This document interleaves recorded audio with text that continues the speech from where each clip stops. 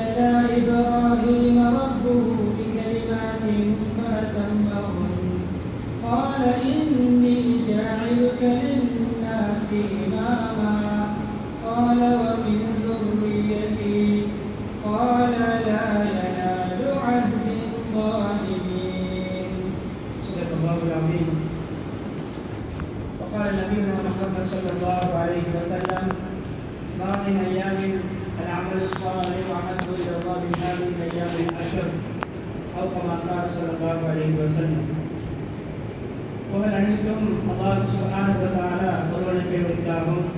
ஸலாத்தும் ஸலாமும் இறுதி நபி முஹம்மது ஸல்லல்லாஹு அலைஹி வஸல்லம் அவர்கள் மீதும் அன்னாரின் வாழ்க்கை வழிமுறைகளை அனுபவமாக எடுத்து தன்னுடைய வாழ்க்கையை முழுமையாக பின்பற்றி அல்லாஹ்வுடைய திருப்தியையும் அல்லாஹ்வுடைய சந்தோஷத்தையும் அடைந்து கொண்ட சஹாபாக்கள், தாபியீன்கள், தபூ தாபியீன்கள், முஸ்லிம்கள், மூமின்கள் அனைவர்கள் மீதும் உண்டாவதாக.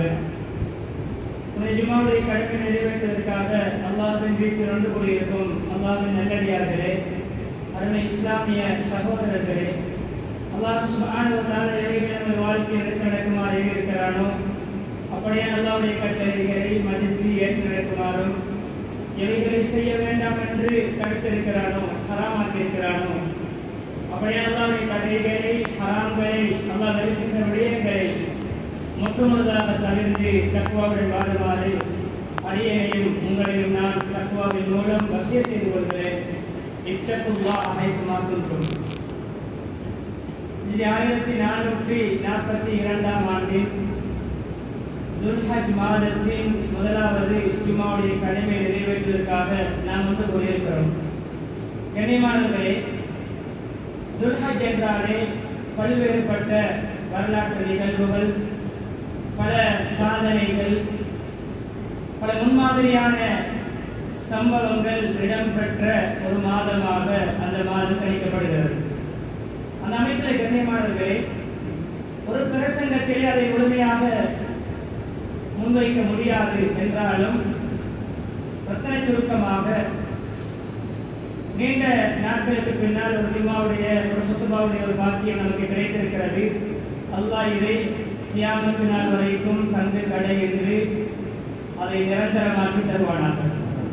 கண்ணியமானவர்களே, இப்ராஹிம் அலைஹிஸ்ஸலாத்து வஸ்ஸலாம் இவர்களுக்கும் நமக்கும் இடையிலான தொடர்பு மிக நெருக்கமானது, மிக அந்யோன்யமான தொடர்புள்ள ஒரு இறைத்தூதர் தான் ஹலீலுல்லாஹ், அல்லாஹ்வுடைய இறை நேசர், அன்புக்குரியவர் இப்ராஹிம் அலைஹிஸ்ஸலாத்து வஸ்ஸலாம்.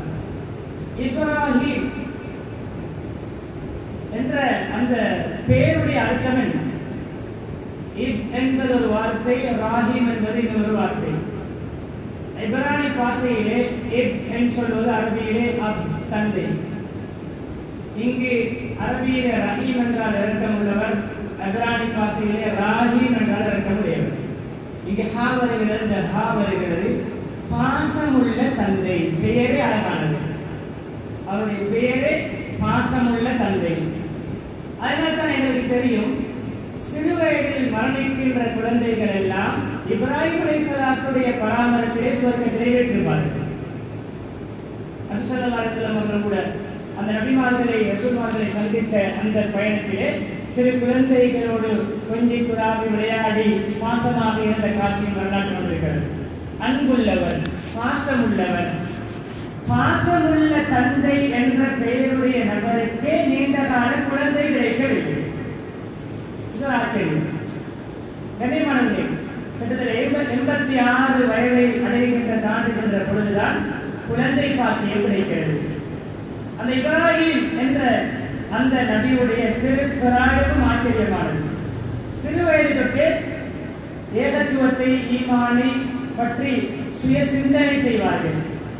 அந்த சிறிய வயதில் சந்திரனை பார்ப்பார்கள், இதுதான் என்னுடைய இரட்சகனோ என்று நினைப்பார்கள். சந்திரன் மறைந்தவுடன் சொல்வார்கள், என்னுடைய இறைவனாக இருக்க முடியாது, என்னுடைய இறைவன் மறைய முடியாது. சூரியனை பார்த்து சொல்வார்கள், இப்படி நட்சத்திரத்தை பார்த்து சின்ன வயதிலே ஆய்வுத்திறன் உள்ளவர்கள். சின்ன வயதிலே தன்னுடைய புத்தியை, சிந்தன ஆற்றலை வளர்த்துக் கொண்டவர்கள். கண்ணியமானவர்களே, 16 வயது நெருப்பில் போடப்பட்ட நிகழ்வு. நெருப்பில் போடப்படும் பொழுது நபி பட்டம் கிடைத்திருக்கவில்லை.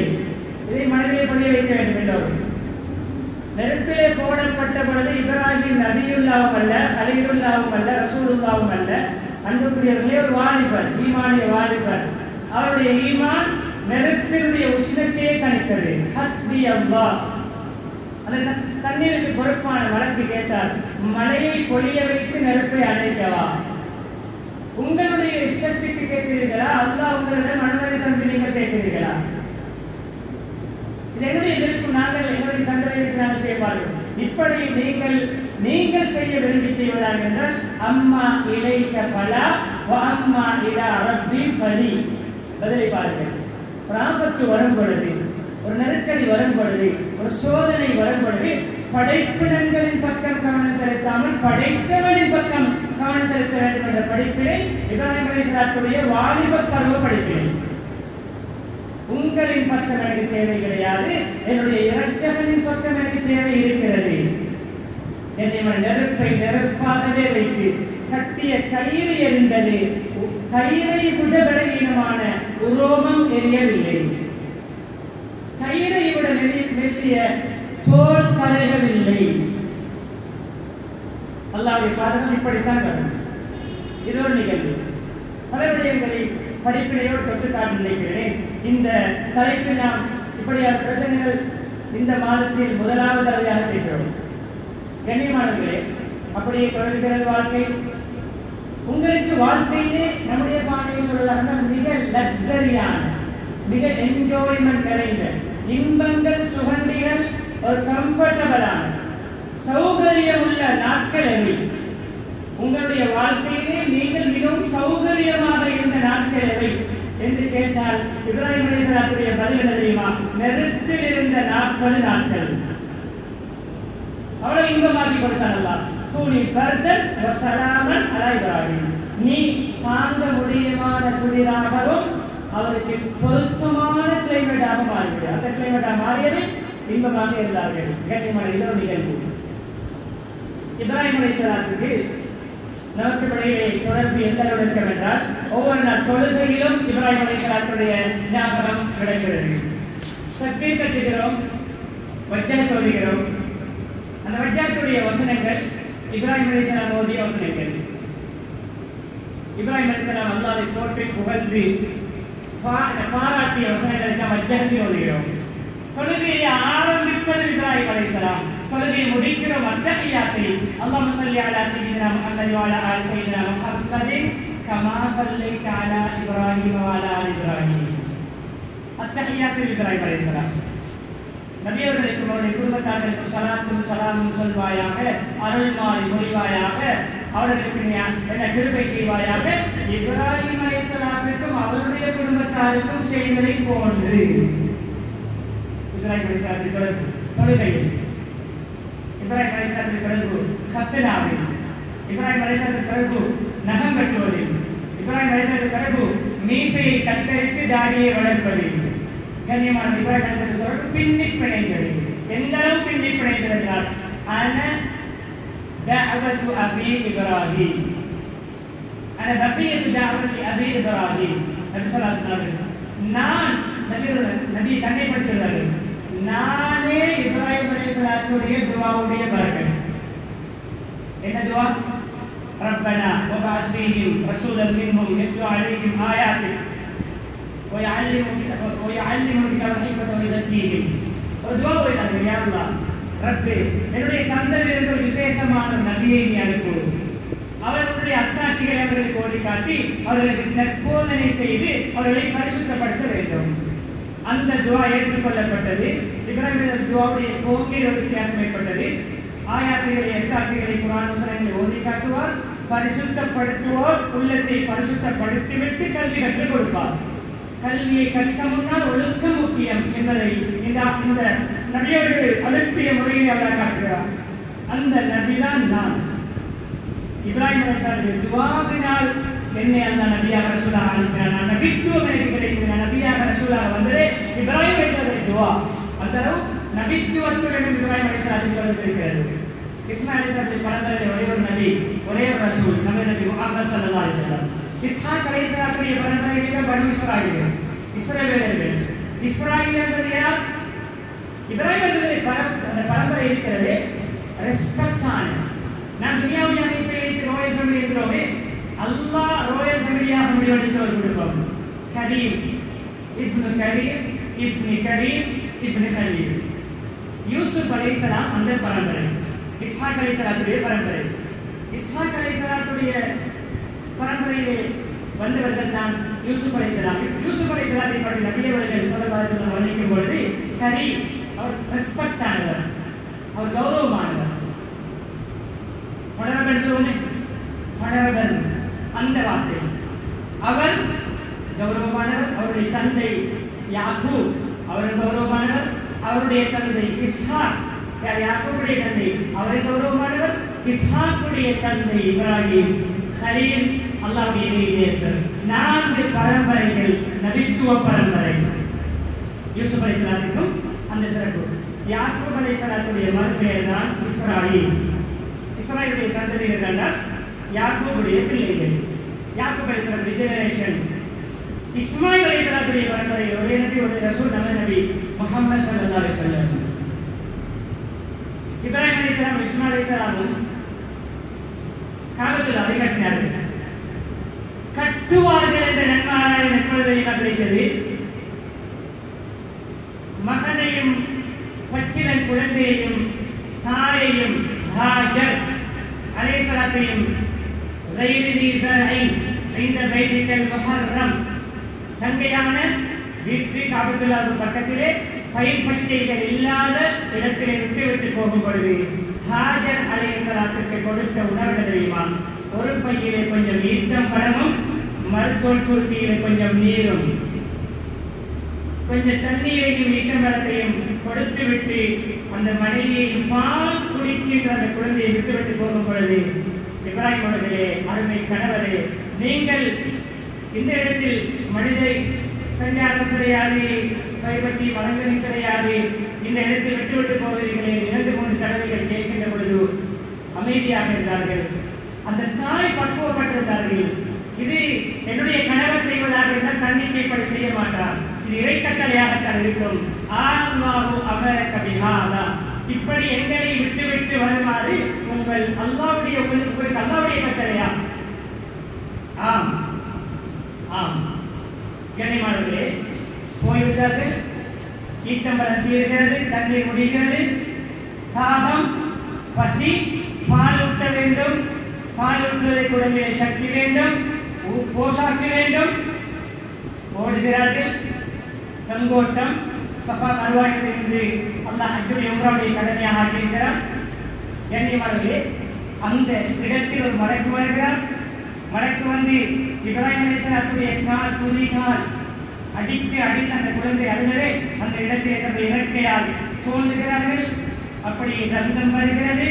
அந்த இடத்தில் இந்த தியாகத்துக்கு பின்னால் உங்களுக்கு ஒரு பெருமிதம் இருக்கிறது, மன ஆறுதல் இருக்கிறது என்று அந்த மலைக்கு நன்மாராயம் சொல்கிறார்.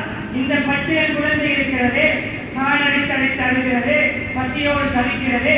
இந்த குழந்தையும் இந்த குழந்தையுடைய தந்தையும் சேர்ந்து இந்த காபத்துல்லாவை புனர் நிர்மாணம் செய்வார்கள்.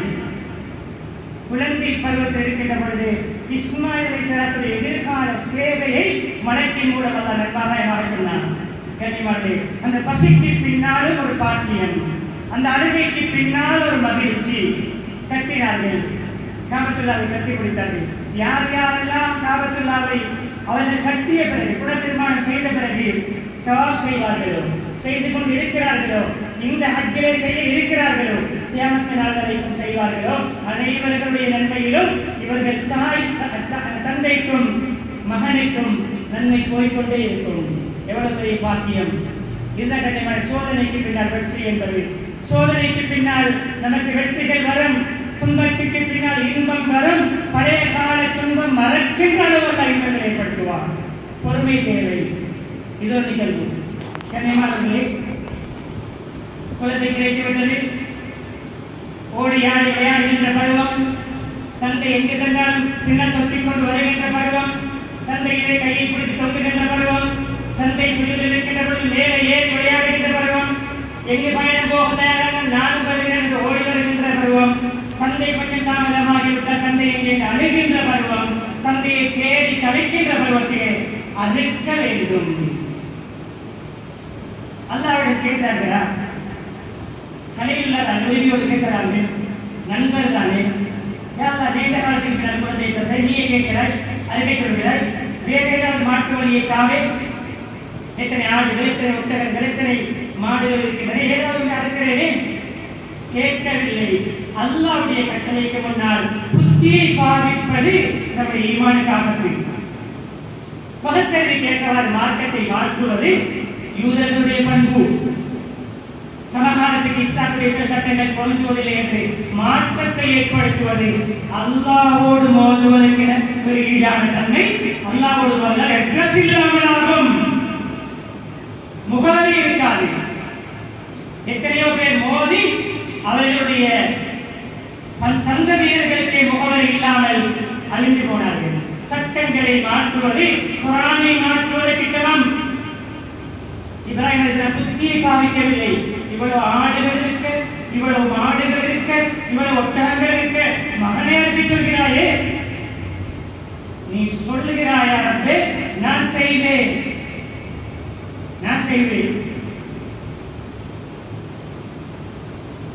பெருமாள் கேள்வி நமக்கு நினைக்கிறது. விளக்கம் சொல்கிறார். ஹலீல் என்றால் யார்? உற்ற நண்பர் என்றால் யார்? ஹுல்லத், ஹுல்லத் என்றால் அது நகமும் சதையும் தோளும் சதையும் என்பதை விட நெருக்கமான நட்பு. ஜலீல் சொல்வதை ஹலீல் செய்வார். அவர் அழகான விளக்கம். ஜலீல் அல்லாஹ், கண்ணியமான அல்லாஹ் சொல்வதை சொன்னபடி செய்பவர் தான் ஹலீல். அதுக்கு தயாராகிவிட்டார்கள். இந்த நிகழ்வு இன்னொரு நிகழ்வு சில காலங்களுக்கு முன்னால் நடந்த நிகழ்வுகளை நினைக்கிறேன். அதுக்கு தயார் என்ற பொழுது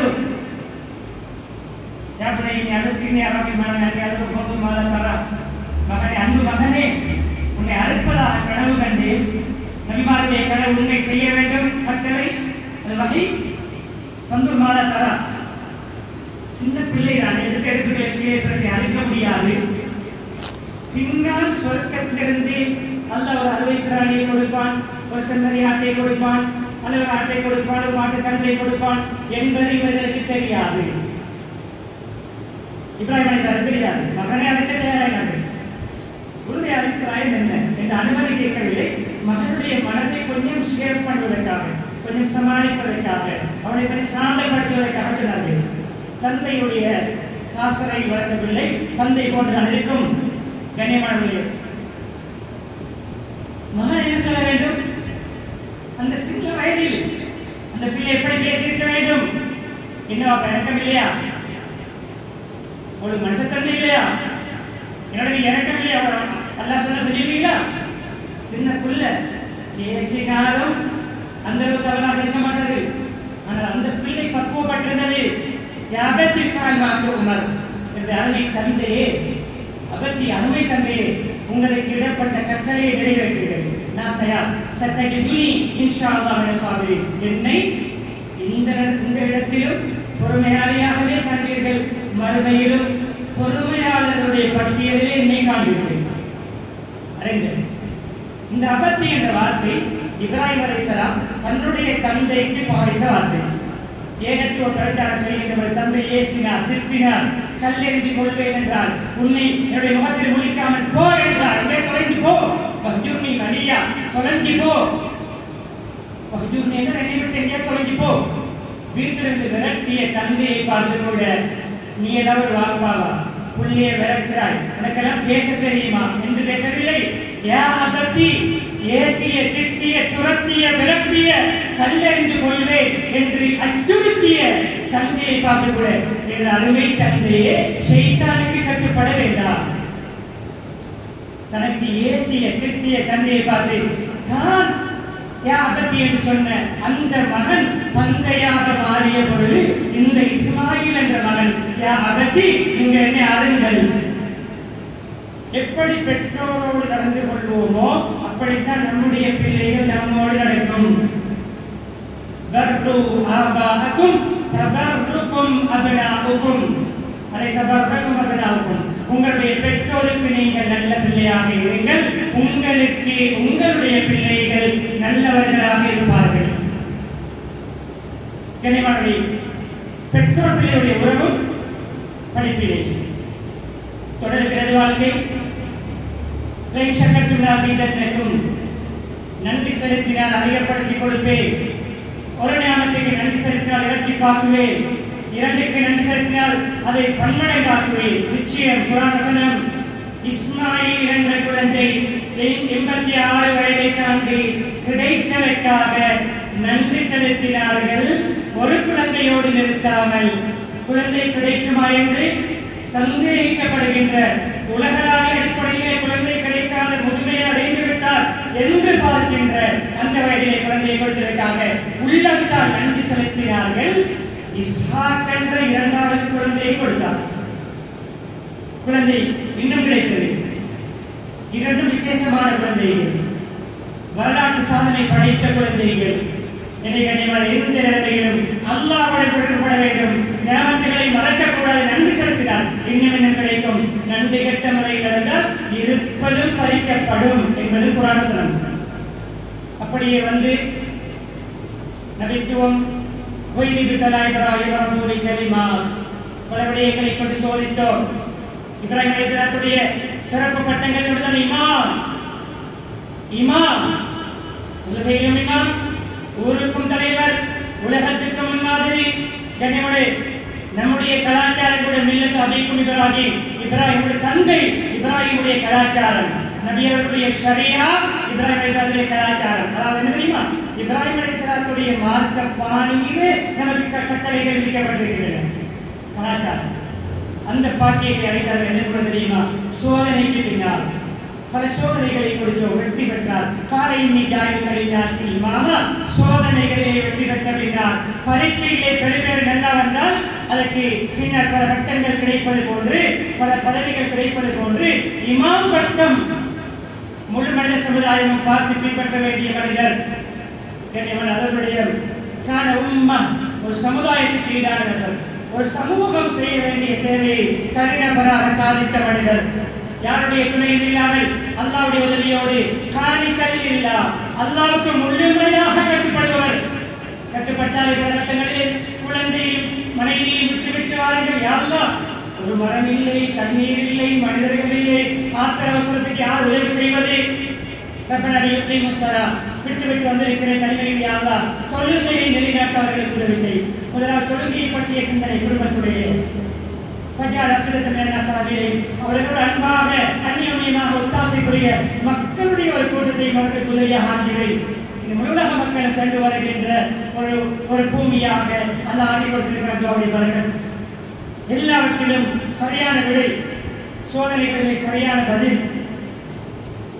அதே போன்று காணித்தலை வந்திருக்கும் விஷயத்தை அவர் நினைவைக்கக்கூடியவர் ஹனீஃபா, தூய்மையானவர்.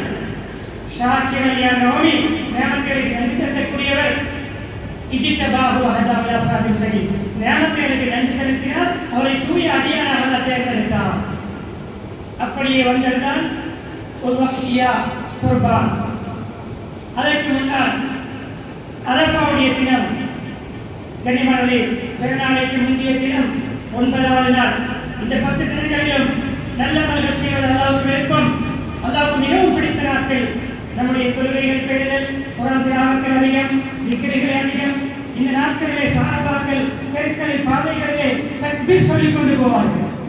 அரஃபாவுடைய சுப தொடக்கம் வைரக்கமான தொழுகைக்கு பின்னால் தக்பீர் சொல்வோம். தனிப்பட்ட முறையில் நாம் தக்பீர்களை அதிகம் அடைய வேண்டிய காலகட்டத்தில் இருக்கிறோம்.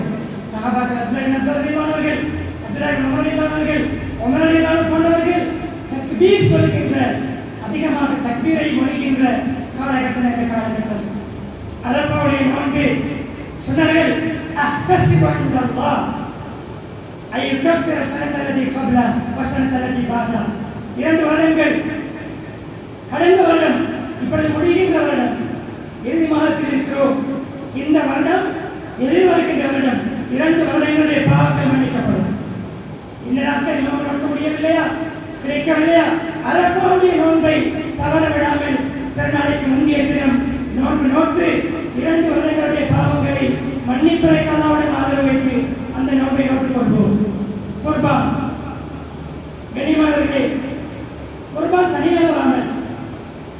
இந்த பணத்தை எடுத்து அதற்கு செலவழிக்கலாம், இதற்கு செலவழிக்கலாம், இதை செய்யலாம், அதை செய்யலாம். பல கட்டுரைகள், பல பேச்சுக்கள், பல உரைகளை கேட்டிருப்போம். கண்ணியமானவர்களே, இது தனியான அமல். இதற்கென்று நாங்கள் வைத்திருந்த பணத்தை வேறு வழிகளிலே செலவழிப்பது அவ்வளவு வரவேற்கத்தக்க விடயமான வேறு பணங்களில் சேவைகளை செய்யலாம். அது எல்லா காலத்திலும் இது குறிப்பிட்ட தினங்கள், பெருநாள் தொடக்கம் 3 தினங்கள் பிறை 13 மாலை வரை எவ்வளவு சிறப்பு! அவருடைய கொம்பு, தோல், கழிவுகள், நகங்கள், ரோமங்கள் எல்லாமே நிறுக்கப்படும். மீசானில் மாமிசம் மாத்திரமல்ல, வேஸ்டாக வீசுகின்ற அனைத்தும் நிறுக்கப்படும் என்றால் வேறு தினங்கள் இந்த பாக்கியம் கிடைக்காது. குர்பானுடைய விடயத்தில் மிகப்பெரிய சத்துவம்.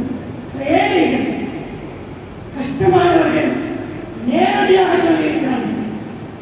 அதில் சில வருடங்களாக இந்த குர்பானுடைய அமல்கள் சரியாக நடப்பதில்லை. பல காரணங்கள் சொன்னது காலை கட்டியிருக்கிறது. வருடத்தில் எங்களுடைய வீட்டில் ஹஜ் பெருநாளுடைய சீசனை மாத்திரம்தான் இறைச்சி சாப்பிடுவது. ஹஜ் பெருநாள் குர்பான் இறைச்சி தான் எங்களுடைய வீட்டில் சாப்பிடுவது. இந்த வருடம் அதுவும் கிடைக்கவில்லை. இந்த இவர்களை யார் பார்ப்பது? ஒழுங்கான கறி சாப்பிடுவது வருடத்தில் சில தினங்கள். அந்த ஏழைகளுக்கு யார் வைப்பது? அந்த விதவைகளை யார் பார்ப்பது? அந்த அனாதைகளை யார் பார்ப்பது? குர்பானில் வசதியுள்ளவர்கள் கனிமொழி வேறு வழிகளை யோசிக்க வேண்டும். இந்த அமலை செய்யுங்கள். இதுவும் பசி போக்குகின்ற, கஷ்டங்களை போக்குகின்ற எத்தனையோ குடும்பத்துக்கு அன்றைய நாளுடைய செலவை கவர் பண்ணுகின்ற ஒரு இபாதத் கூட்டு குர்பான். மஸ்ஜிதோடு நிர்வாகத்தோடு ஒத்துழைப்போம். சட்டங்களை பேணுவதற்கு எவ்வளவு இருக்கும். தனிமையிலே ஆங்காங்கே அழைக்கின்றவர்கள் பிரச்சனைகள் வரலாம். முறையாக செய்தாலும் ஏதோ ஒன்றை பிடித்து நம்மை குற்றம் பிடிக்கலாம். அனுமதி பெற்று செய்வோம், முறையாக செய்வோம். நிர்வாகத்தோடு கூட்டு குர்பானில் ஒத்துழைப்பு வழங்கி கூட்டாக செய்கிற பொழுது ஊரில் இருக்கின்ற எல்லா ஏழைகளுடைய வீட்டுக்கும் அந்த மாமிசம் சென்றடையும் என்பதை நாம் நோக்கி இரத்த சொட்டு எவ்வளவு பெரிய பாக்கியம். இரத்த சொட்டு கீழே விட முன்னால் அல்லாஹ்விடம் குர்பான் கொடுத்தவருக்கு ஒரு அந்தஸ்து அல்லாஹ் முடிவு செய்கிறார். இரத்தம் எவ்வளவு பூமிக்கு நெருக்கம். மிகப்பெரிய கருத்தை கீழே வைத்துதான் நடக்கிறோம். எத்தனை 1 இன்ச் தூரம் தான் இடம். அந்த இரத்தத்துக்கு கீழே விட முன்னால் அல்லாஹ்விடம் குர்பான் கொடுத்தவருக்கு ஒரு டிகிரி, ஒரு மதிப்பு, ஒரு அந்தஸ்து கிடைத்துவிடும். அவ்வளவு முக்கியமான அமல். எவ்வளவு நல்ல மிருகங்களை, குறையில்லாத மிருகங்களை, கொழுத்த மிருகங்களை அறுப்பதும் வரவேற்கத்தக்க. குர்ஆன் சொல்கிறது, அல்லாஹ்வுடைய அடையாள சின்னம் குர்பான். மிருகங்களை பெரிய கொழுத்த நல்ல ஆரோக்கியமான மிருகங்களாக யார் அறுப்பார்களோ அவர்கள் தக்குவாதாரிகள் என்பதற்கு அடையாளம். தக்குவாவுக்கு அடையாளம். குர்ஆன் சொல்கிறது, இதை அவர்களே கவனம் செலுத்துவோம், குறைகளை முறையாக செய்வோம். கழிவுகளை சுத்தப்படுத்துகிற விடயத்திலே சட்டத்துக்கு பயந்தல்ல, அல்லாஹ்வுக்கு பயந்து செய்வோம். மிருக உரிமைகளை பேணிக் கொள்வோம். கட்டி வைத்திருக்கிற மிருகங்களை தீனி போடுகிற விடயத்திலே கவனம் செலுத்துவோம். பூனையை கட்டி போட்ட வழக்கசாலி பெண் மிருக உரிமை பேணாமல் நரகம் போனால், நாய்க்கு தண்ணீர் கொடுத்து மிருகத்துக்கு கருணை காட்டிய தீய நலத்தில் உள்ள மனிதர் பெண் நல்லதாக வருகிறது, சொர்க்கம் போனார். எனவே ஆடு மாடுகளை தீனி போடாமல் கட்டையான கைகளை கட்டிவிடுவது, குறைவான மிருகங்கள் ஏற்றுகின்ற நெறிகளிலே வாகனங்களிலே அதிகமானவைகளை ஏற்றி பணத்தை மிச்சம் பிடிப்பதற்காக வேண்டிய அநியாயம் செய்தால் சட்ட நடவடிக்கை. இரண்டாவது, அல்லாஹ்வுடைய தண்டனை கிடைக்கும். முறைகளை பேசும், உரிமைகளை பேசும். குர்பானுடைய விடயத்தில் எல்லோரும் முறையாக செய்வோம். இன்று வரை நியமித்தால் வைத்துக் கொள்ளலாம், பெருநாளன்று வைக்கலாம். பார்க்கும் பொழுது வைக்க வேண்டிய அவசியம் கிடையாது. உறுதியுள்ளவர்கள் எப்பொழுது வசதி வருகிறதோ பணம் வருகிறதோ அப்பொழுது வைத்துக் கொள்ளலாம். ஏன் பிறை 13ஆம் நாள் இறுதி நாள் சூரியன் மறைவதற்கு 1 மணிக்கு அளவு இருக்கிறது, பணம் கிடைத்து விட்டதா அப்பொழுது மறுக்கலாம். அந்த அளவு அன்றைய நாள் வரைக்கும் நேரம் இருக்கிறது. சிலர் தவறாக எழுதியிருக்கிறார்கள். குர்பான் கொடுப்பதாக இருந்தால் தலைப்பிறைகளை நீட்டி வைத்து விட வேண்டும், அதற்கு பின்னால் டைம் பாஸ் என்று இல்லை. மிருகம் தயாரானவர்கள் பணம் தயாரானவர்கள் அப்பொழுது வைப்பார்கள். எப்பொழுது வசதி வருகிறதோ அப்பொழுது நீயத்தை வைத்து அந்த களைய முடியாத நான்கள் முடிகளை களையாமல் அப்பொழுது பெறுவதாக நாம் எடுத்துக்கொள்ளலாம். இதெல்லாம் அல்லாஹ் சுப்ஹானஹு வ தஆலா பேசப்பட்ட விஷயங்கள் மூலம் படிப்பினை பெற்று இப்ராஹிம் அலைஹிஸ்ஸலாத்துடைய சகல விதமான நற்குணங்களையும் ஈமானையும் தவக்குலையும் யக்கீனையும் நம்முடைய உள்ளத்திலே கொண்டு வாழக்கூடிய உண்மையான விசுவாசங்களை மாற்றுவாராக.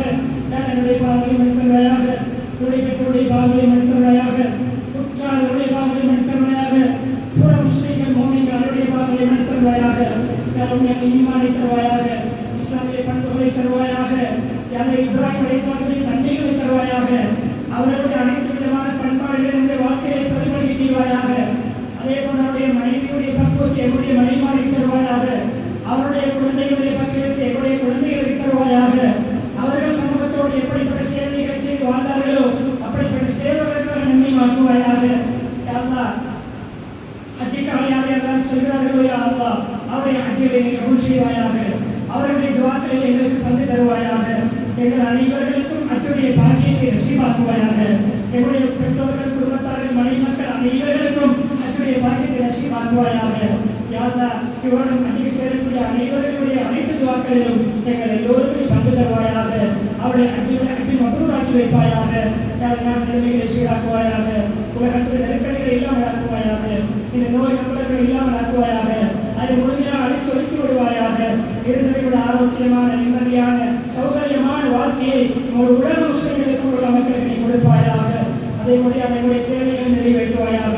என்னுடைய கபராளிகளுடைய பாவங்களை வழிபாவாயாக. அவருடைய கபர்களை சொர்க்க பூங்காவாக்குவாயாக. அவருடைய அனைத்து மரணங்களுடைய கட்டங்களையும் சிறப்பாக்கி வைப்பாயாக. என்னுடைய நோயாளிகளுடைய நோய்களை முழுமையாக குணப்படுத்துவாயாக. பாரிய நோய்களால் பிடிக்கப்பட்டவர்களை என்னுடைய கிருபையை கொண்டு சுகப்படுத்துவாயாக.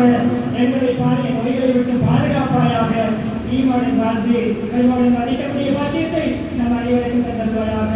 வாஹ்தாவானா அல்ஹம்துலில்லாஹி ரப்பில் ஆலமீன். அல்ஹம்துலில்லாஹ் அல்ஹம்துலில்லாஹி வ நஸ்தஈனு வ நஸ்தக்ஃபிருஹு